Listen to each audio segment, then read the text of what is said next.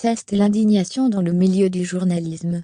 Une reporter d'images de la chaîne LCI CEST fait cracher au visage par un militant alors qu'elle couvrait le meeting du candidat de Reconquête, Éric Zemmour.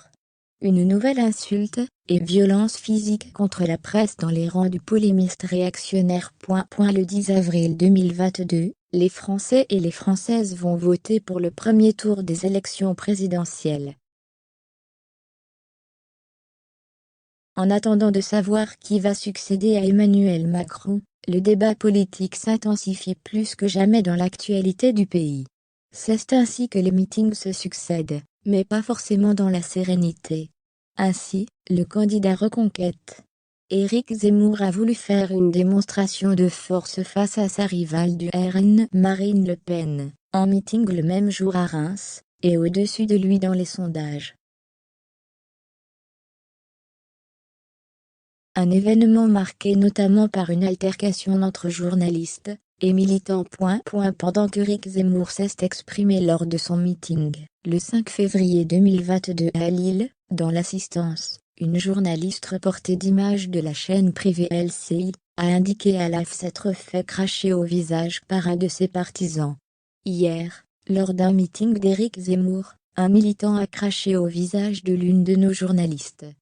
Cela est inacceptable, et ne doit pas être banalisé. Nous demandons à tous les candidats d'assurer réellement la protection des journalistes qui couvrent leur campagne.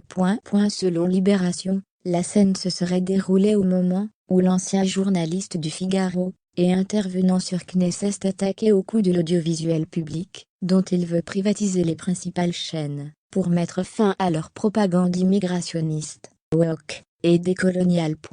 Cet incident se produit 2 mois après un autre qui est survenu lors d'un rassemblement pour soutenir Éric Zemmour.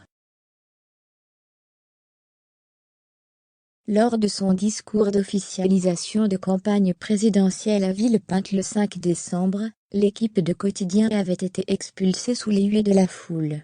Par ailleurs, le même jour, des militants de SOS Racisme menant une action qui se voulait non violente, ont eux été agressés par des participants.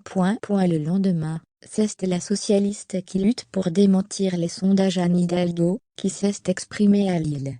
Soutenue par Martine Aubry, elle s'est rendue à un concours de breakdance, dans un espace multiculturel cauchemar d'Éric Zemmour, après avoir rencontré des femmes afghanes réfugiées dans la grande ville du Nord depuis l'été.